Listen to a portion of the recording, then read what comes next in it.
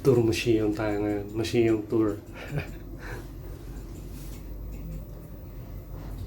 Ingano, planta. Planta.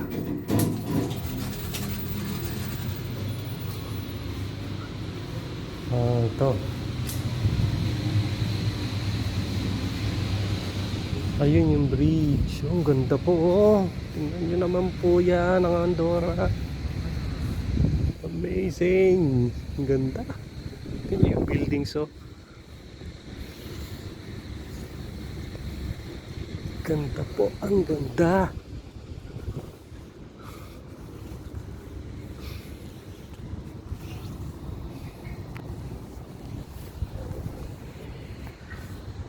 Ganda oh.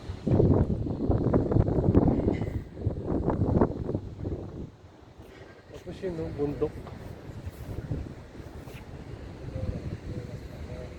Ito maganda oh. Bahay.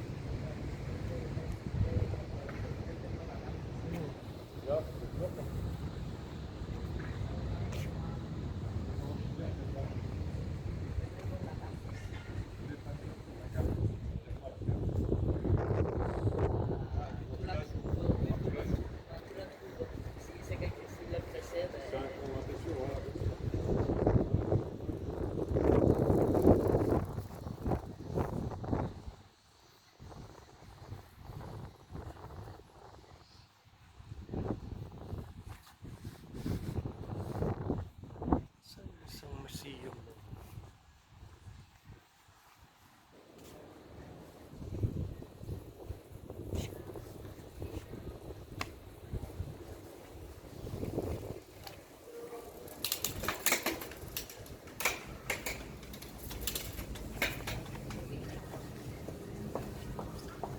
Hala, samahan nyo ako ha, mag-tour-tour.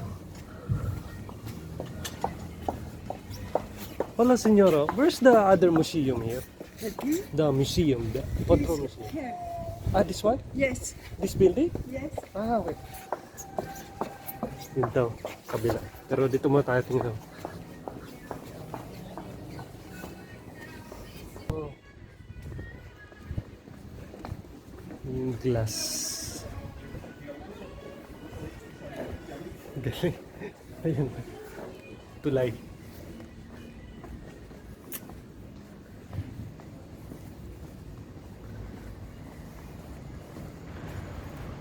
Ganda. Wala pa tayong trabaho, mamasyal muna tayo. Kasi pag may trabaho na, day off mo na, pahinga mo na lang yun. So, samantalayin natin gumala.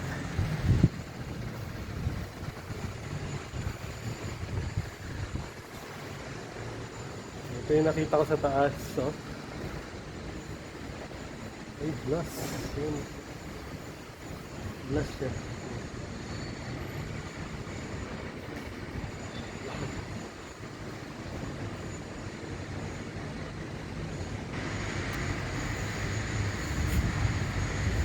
Welcome po sa buhay OFW.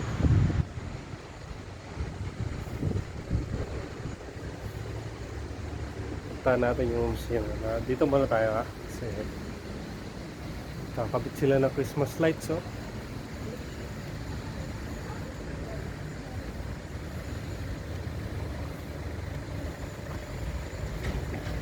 Ayan oh, kakabit oh. I-Christmas na dito. Ganda oh.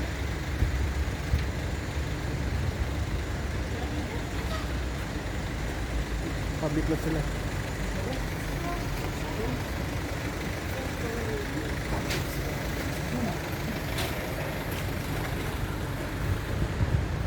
So ito po ang Andorra dito sa nandito po ako sa Andorra la Vella, sa capital mismo.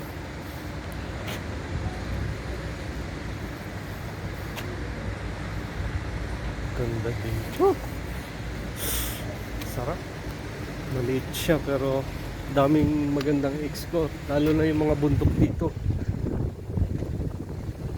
Ayun, pag niyaya tayo ni na ate, mahilig sila mag-hiking eh. So, sama tayo.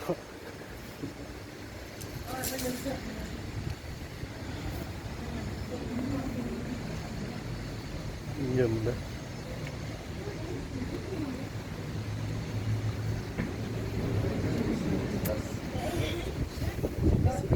Tara, punta tayo sa museum. Tali tayo. Museum.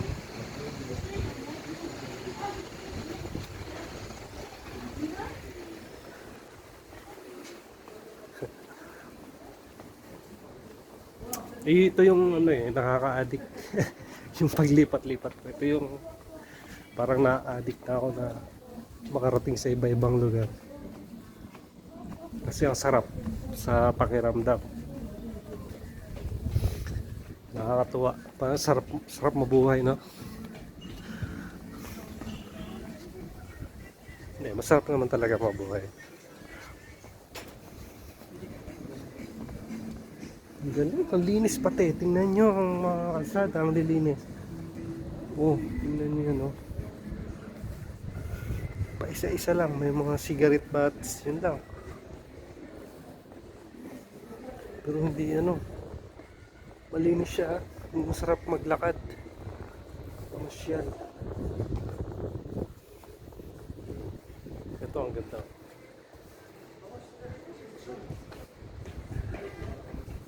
Pasok ka dito. Ito yung museum daw. Ito, museum. Saan ba entrance nito? Dito tayo. Baka dito. Yan yung mga bato. Ayan, bato. Yung hagdan. Ito yung wall. Tapos yung grills nila bakal. Kapal. Makapal yung grills. Ganda po dito sa Andorra, mga kabayan.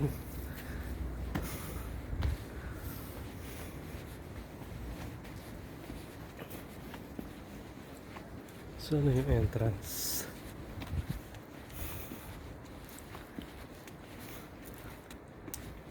Ganda na, no? Kita natin yan.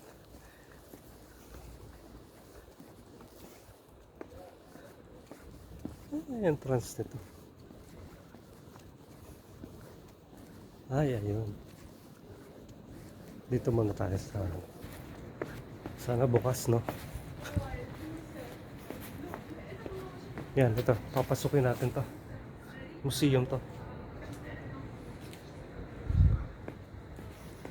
Tapos ito, akitin natin to mamaya. Okay, ito ang entrance. Yun, dito. Ito po yung papasukin natin. Tara, ibigay natin itong passport. So, ito, pagpasok mo, bibigyan ka ng ganito. Parang telephone. Which is, pipindutin mo yung may number siya. Just press the 1, 2, or 3. May number siya. Then, i-explain na sa'yo kung ano yung history ng ano na yan. Yan. Galing. Hindi mo na kailangan ng mag-i-explain. Nandito na lang sa phone na sa ano na to. Tara, pasok tayo. Ito yung pangalawang museum.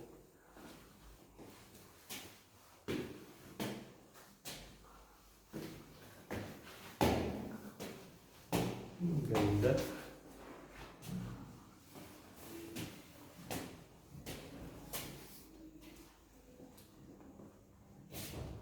Dito tayo. Okay. Yan, senyora. Dos. Number 2.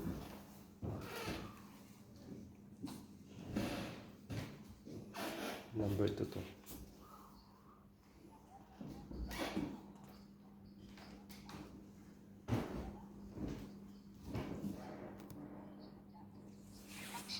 Said adaptations to the changing needs of the political institutions the building has housed have been an ongoing process over the years. We find ourselves on the first floor of the house, the main part of mountain homes, where family life played out. Home to the kitchen, bedrooms and the living room. This was the house's reception room, where meetings and negotiations took place and where elaborate meals and family and neighbor get-togethers were held. For the councillors, it was a space for reflection, where they could exchange thoughts before and after the sessions, a precursor to political debate, where members milled about whilst discussing and honing their arguments. It was thus named the Hall of the Lost Steps. At the bottom of the spacious ceremonial room of the Busquets family's stately home, Andorra's national symbols, its flag and coat of arms, can be seen. The coat of arms of Andorra is divided in 4 parts. On the left are the symbols of the Bishop of Urgell, a mitre and a crozier, and below it the red bars of the Crown of Aragon. On the right are the coat of arms of the County of Foix, and below it that of the Viscounts of Béarn. At the bottom of the coat of arms a motto is inscribed, Virtus unita fortior, Latin for united virtue is stronger. The coat of arms represents the co-principality of Andorra, which you can learn more about by entering the number 200. An image of several councillors standing in the hall can be seen on the screen.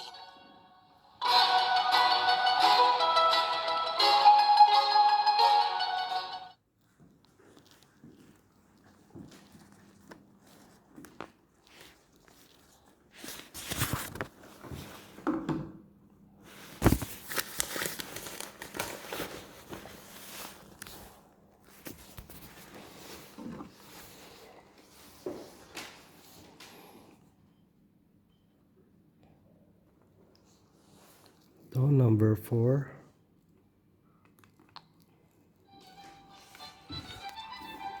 The kitchen with its fireplace was the heart of mountain homes, especially during the long cold winters. That of the Casa de Vall had a hearth in the middle of the room below an enormous hood from where several large hanging chains are suspended. On the left is the escudeller, a traditional piece of furniture typical of the Pyrenees, in which dinnerware was kept, along with various utensils, cheese presses and molds, a salt shaker, a grater, and weighing scales used for grain.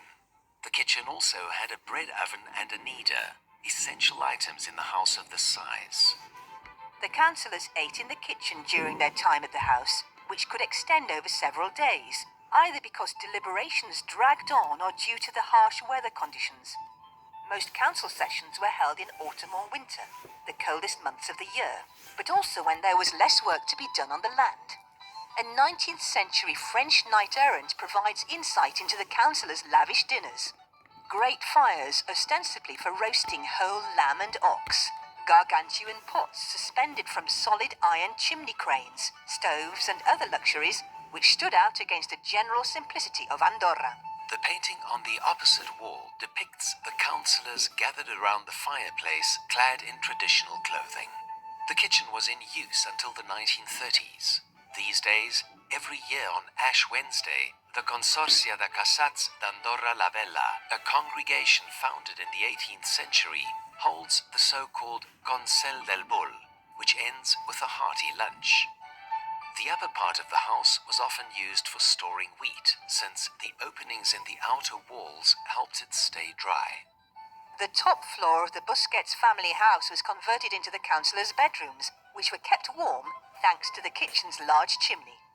The kitchen has an important place in the history of Andorra since, in 1991 and 1992, it was the scene of long and animated meetings held by the Comisión Tripartida, which was formed of representatives of the co-princes and a delegation from the General Council. It also housed Andorra's first postal museum, which is now situated in Ordino and is well worth a visit.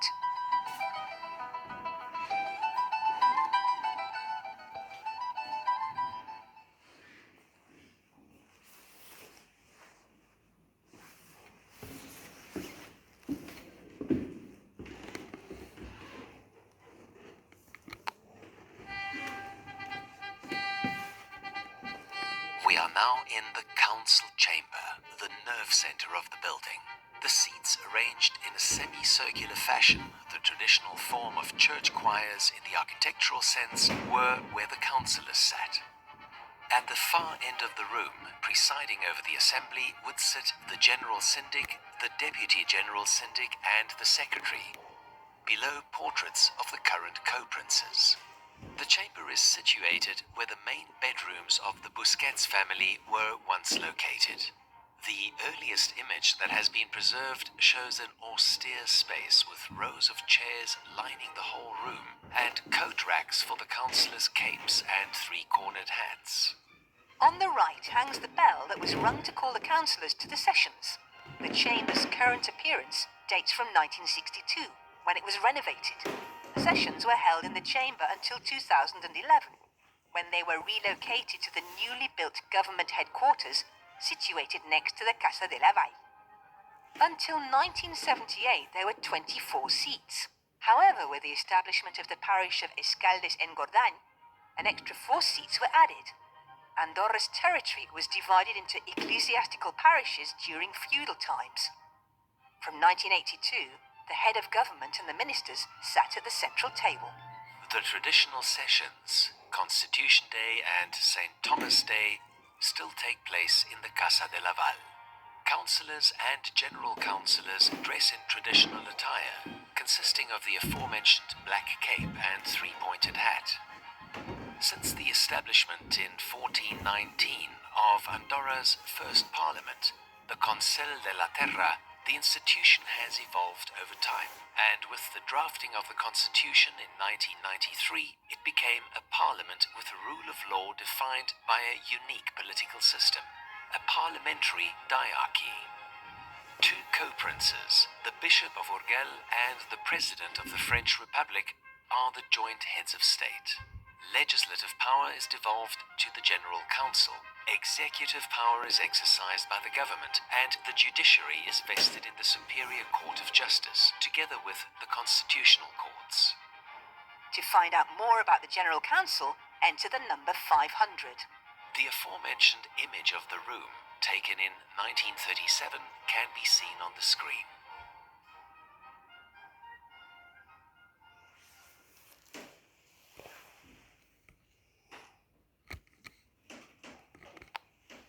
The Cabinet of the 7 Keys is one of the most iconic pieces of furniture in Andorra, used for filing council documentation, correspondence, minute books, accounting journals, privileges and sentences, among others.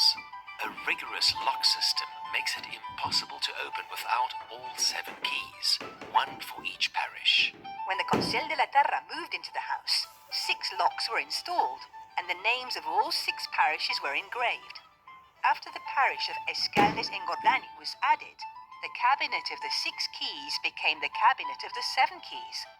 Dedicated to Saint Ermengol, Bishop of Urgell, the chapel held services from time to time and for special events, and was used for the opening prayer of council sessions. The room is presided over by a stern-looking portrait of Bishop Ermengol and by the so-called triptych of the councillors dating from the late 17th century. On the central panel, the crucifixion is depicted, and on either side, the symbols of the co-princes. An image of the councillors opening the cabinet can be seen on the screen.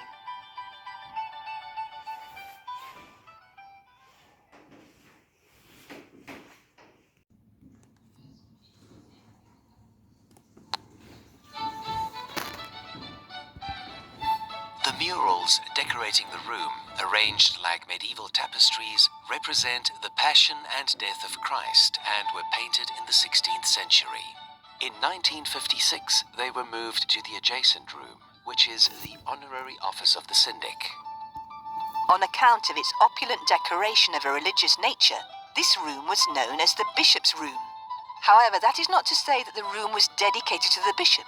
It is now known that when in Andorra, the bishop would stay in private homes, so well-to-do families would therefore prepare a room especially, should the occasion arise.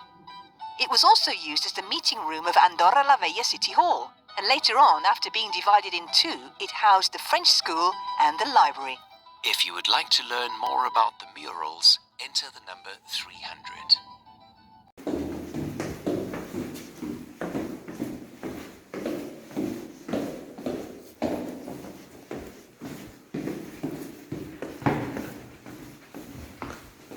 Ah, shit. Sì.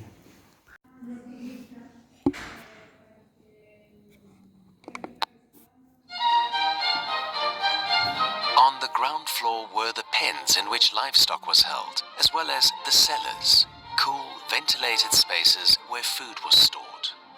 When the house was converted into the seat of the council, a place for the councillors to keep their mules and horses had to be made, and thus the entranceway was converted into the stables. Over the years, the ground floor has played host to a wide range of occupants. In the 18th century, it was the site of a prison, with the bedrooms situated under the stairs reserved for the executioner when his services were required. In the 1960s, in the wake of the new reform, the prison was moved to a newly built structure, built into the rock, and connected to the house via an underground passageway. The passageway is located in what was once the former head office of the notary and the notarial archives.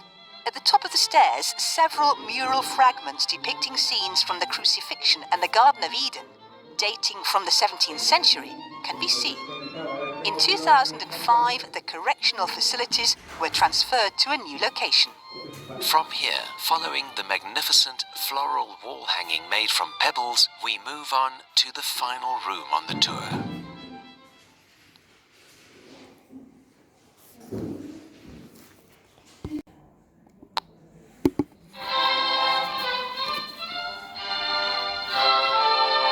Here we are in the Casa de Vall, the most emblematic historical building in Andorra.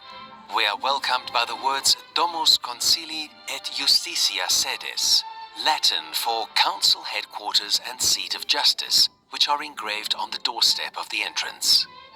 In 1702, the building was converted into the headquarters of one of the oldest parliaments in Europe, the General Council, and for more than 3 centuries it was the heart of parliamentary life and the seat of the country's courts. Beyond its symbolic and representative significance, the Casa de Vall has borne witness to the evolution and transformation of Andorra's social and political history. Vestige of the countless revamps that the house underwent are living proof of its history, which can be seen in its furniture and walls. Our understanding helps us learn about the small but fascinating history of a house that has become one of the most cherished symbols of the people of Andorra, and a must-visit for anyone wishing to learn more about the country